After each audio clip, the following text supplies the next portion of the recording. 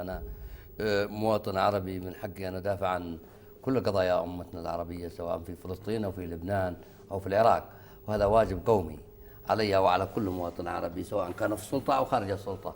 فتجمعنا مواثيق وتجمعنا عهود، ونحن أمة عربية واحدة، أمة إسلامية واحدة. مصيرنا مشترك وهمنا واحد. صراحة هذا في غياب التضامن العربي، غياب التضامن العربي الذي